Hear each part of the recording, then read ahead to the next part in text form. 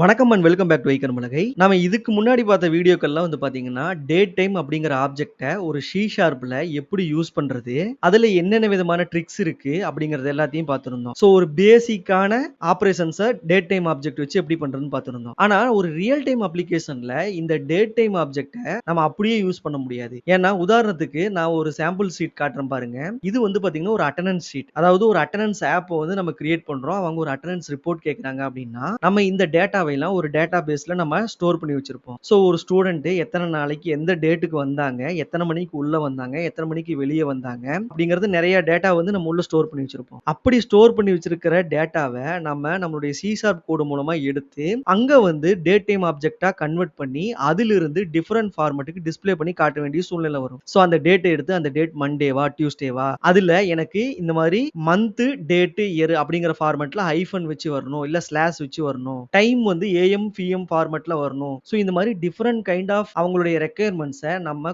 கோடுல வந்து கன்வெர்ட் பண்ணணும். ஸோ அந்த டேட் டைம் ஆப்ஜெக்ட்ல இருந்து டிஃபரெண்ட் ஃபார்மேட்ஸ் அவங்க எதிர்பார்ப்பாங்க. அதை எப்படி பண்றது, சி ஷார்ப்ல ஒரு டேட் டைம் ஆப்ஜெக்ட்ல இருந்து இந்த மாதிரி டிஃபரெண்ட் ஃபார்மேட்ஸ் எப்படி எடுக்கிறது அப்படிங்கறத இன்னைக்கு வீடியோல நம்ம பார்க்க போறோம். ஸோ வீடியோக்குள்ள ஃபர்தரா போறதுக்கு முன்னாடி நீங்க நம்ம சேனலை இது வரைக்கும் சப்ஸ்கிரைப் பண்ணாம இருந்தா மறக்காம சப்ஸ்கிரைப் பண்ணிக்கங்க. கூட ஒரு பெல் சிம்பிளை கிளிக் பண்ணி ஆல் கொடுத்துருங்க.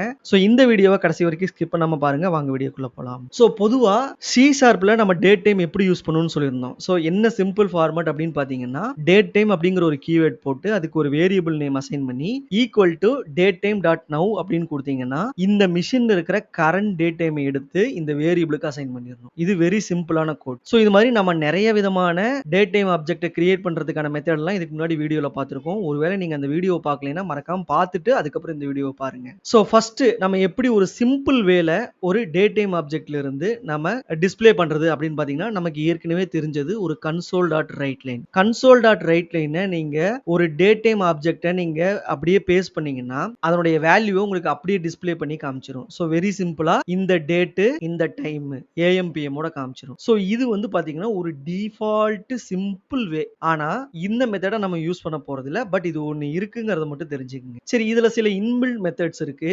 இந்த டேட் டைம் அப்படிங்கிற ஆப்ஜெக்ட்லயே நீங்க டாட் வச்சீங்கன்னா சில மெத்தடை யூஸ் பண்ணி நம்ம சில ஃபார்மேட் பண்ணிக்கலாம். உதாரணத்துக்கு dot to short date string, to short time string. So date ஸ்ட்ரிங்கையும் டைம் ஸ்ட்ரிங்கையும் ஷார்ட் வேல எப்படி எடுத்துக்கலாம், லாங் வேல எப்படி எடுக்கலாம். ஸோ இதை ரன் பண்ணி காட்டுறேன் பாருங்க. டு ஷார்ட் டேட் அப்படிங்கும்போது வெறும் டேட், அந்த டேட்டு மந்த் இயர். அதே டு ஷார்ட் டைம்ல வெறும் டைம் மட்டும் வருது. அதுவே லாங் டேட் பாருங்க, இது என்ன கிழமை, என்ன மாசம், என்ன டேட்டு, அதுக்கப்புறம் அதனுடைய இயர், இது எல்லாத்தையுமே காட்டிடுது. அதே போல டு லாங் டைம்ல வந்து பாத்தீங்கன்னா டைம், அதாவது ஹவர்ஸ், மினிட்ஸ், செகண்ட்ஸ், ஏஎம்ஆ பிஎம்ஆ எல்லாத்தையும் கொடுக்குது. ஸோ இந்த ஷார்ட் லாங் அப்படிங்கிறது எங்க டிஃபைன் ஆயிருக்குன்னா உங்க சிஸ்டம்லயே டேட் அண்ட் டைம் செட்டிங்ஸ்குள்ள போனீங்கன்னா ஷார்ட் டேட் என்ன ஃபார்மேட்ல இருக்கணும், லாங் டேட் என்ன ஃபார்மேட்ல இருக்கணும், ஷார்ட் டைம் என்ன ஃபார்மேட்ல இருக்கணும், லாங் டைம் என்ன ஃபார்மேட்ல இருக்கணும்ங்கறத நம்ம செட் பண்ணிருப்போம். ஸோ இதை பேஸ் பண்ணி இந்த கோடு எந்த மிஷின்ல ரன் ஆகுதோ அந்த ஃபார்மேட்டை எடுத்துட்டு வந்து காமிக்கும். இது ஒரு வே. இல்ல எனக்கு இது வேணாம், எனக்கு அந்த ஆப்ஜெக்ட்டை ஒரு கஸ்டமைஸ்டு ஃபார்மா பண்ணணும்னா ஃபர்ஸ்ட் பேசிக்கா எந்த ஒரு ஆப்ஜெக்ட்டையும் சி ஷார்ப்ல டாட் டு ஸ்ட்ரிங்னு மாத்தீங்கன்னா அது ஸ்ட்ரிங்கா கன்வெர்ட் ஆயிரும். ஸோ இதுவும் நீங்க கன்சோல் டாட் ரைட்ல போடுறதுக்கும் ஒரு பெரிய டிஃபரன்ஸ் இருக்காது. நீங்க டு ஸ்ட்ரிங்னு கொடுத்தீங்கன்னா உங்க மிஷினுடைய டிஃபால்ட் ஃபார்மேட்டுக்கு அந்த டைம் எடுத்துட்டு வந்து கொடுத்துரும். இதுவும் வந்து ஒரு பேசிக் வே. ஆனா நீங்க கஸ்டமைஸ் பண்றது எப்படின்னா இந்த டு ஸ்ட்ரிங்ல இருந்தா கஸ்டமைஸ் பண்ண முடியும்.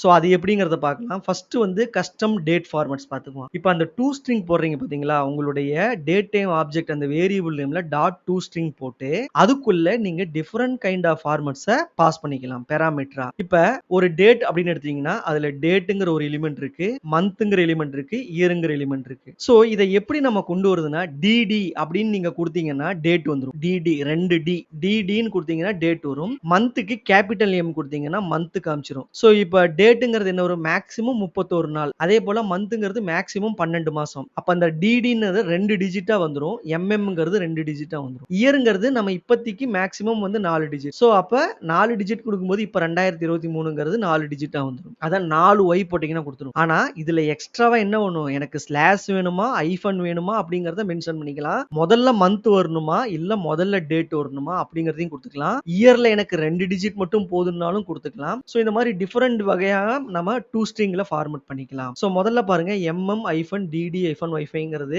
2 டிஜிட்ல மந்த், 2 டிஜிட்ல டேட், 4 டிஜிட்ல இயர்னு வந்திருக்கு. அதே வந்து நீங்க ஸ்லாஷ் கொடுத்தீங்கன்னா ஸ்லாஷ் வச்சு அதே இது காட்டிரும். இதுல முதல்ல வந்து டேட், அதுக்கப்புறம் மந்த் வருது. அதுக்கப்புறம் வந்து பாத்தீங்கன்னா 2 டிஜிட் இயர் மட்டும் கொடுத்தீங்கன்னா கடைசி 2 டிஜிட் மட்டும் வந்துரும். இதுல இன்னொரு இன்ட்ரெஸ்டிங்கான விஷயம் என்னன்னா, இப்ப மந்த் வந்து எனக்கு ஆகஸ்ட், செப்டம்பர் அந்த மாதிரி வார்த்தை வேணும்னு நினைச்சீங்கன்னா மந்த் எம்ங்கிறது கேபிட்டல் எம்ங்கிறதையே நீங்க 3 தடவை கொடுத்தீங்கன்னா ஒரு சுருக்கமான ஃபார்மட்ல மந்த் காமிச்சிரும். அதே போல டேட்டையும் நீங்க ஒரு 3 தடவை டி கொடுத்தீங்கன்னா ஒரு சுருக்கமான ஃபார்மட்ல டேட் கிடைச்சிரும். இல்ல எனக்கு அதை வந்து எலாபரேட்டா என்ன டேட் என்ன மந்த்ங்கிறது ஃபுல் ஃபார்மட்டும் வேணும்னு நினைச்சீங்கன்னா 4 தடவை கொடுத்தீங்க 4 தடவை டி கொடுத்தீங்கன்னா அந்த ஃபுல் வீக் டே உடைய டெக்ஸ்டும் அப்படியே வந்துடும். 4 தடவை கேபிட்டல் எம் கொடுத்தீங்கன்னா அந்த ஃபுல் மந்த் உடைய டெக்ஸ்டும் வந்துடும். ஸோ இந்த மாதிரி எக்ஸ்டென்சிவா நீங்க வந்து கஸ்டமைஸ் பண்ணி ஒரு டேட் ஃபார்மட்டை ஸ்ட்ரிங்கா நீங்க எடுத்துக்கலாம். ஸோ இதே மாதிரி தான் டைம்ல என்ன வந்துடும், ஹவர்ஸ், மினிட்ஸ், செகண்ட்ஸ், அப்புறம் ஏஎம்ஆ பிஎம்ஆ. வேற என்ன இருக்கு, 24 hours format. So first hours மினிட்ஸ்க்கு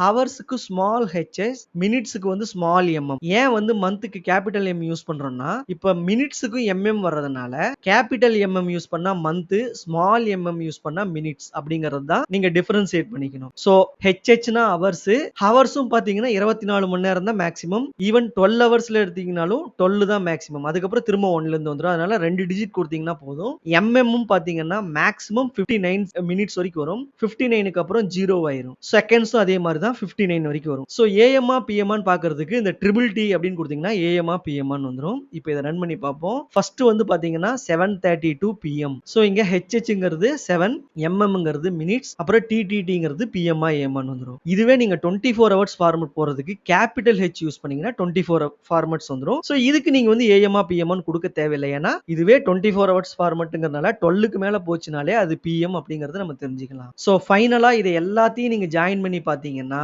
ஒரு ஃபுல் டேட் டைமை டிஸ்பிளேவா பண்ணிக்கலாம். அதை டேட், மினிட்ஸ், ஏஎம்ஆ பிஎம்ஆ எல்லாத்தையும் சேர்த்து டிஸ்பிளே பண்ணிக்கலாம். இப்படிதான் வந்து நம்ம அப்ளிகேஷனுக்குள்ள யூஸ் பண்ணி நமக்கு தேவையான ஃபார்மட்டை நம்ம அப்ளிகேஷன்ல டிஸ்பிளே பண்ணிக்குவோம். ஸோ இந்த வீடியோ உங்களுக்கு ஹெல்ப்ஃபுல்லா இருக்கும்னு நான் நினைக்கிறேன். இந்த வீடியோ நீங்க ஹெல்ப்ஃபுல்லா இருக்குன்னு நீங்களும் நினைச்சீங்கன்னா மறக்காம இந்த வீடியோக்கு ஒரு லைக் போடுங்க. இந்த வீடியோவுக்கான ஃபீட்பேக்கை மறக்காம கமெண்ட் செக்ஷன்ல சொல்லிட்டு போங்க. இதே மாதிரி வீடியோ நான் அதிகமா போட ட்ரை பண்றேன். அடுத்த ஒரு நல்ல வீடியோட சந்திப்போம். நன்றி, வணக்கம்.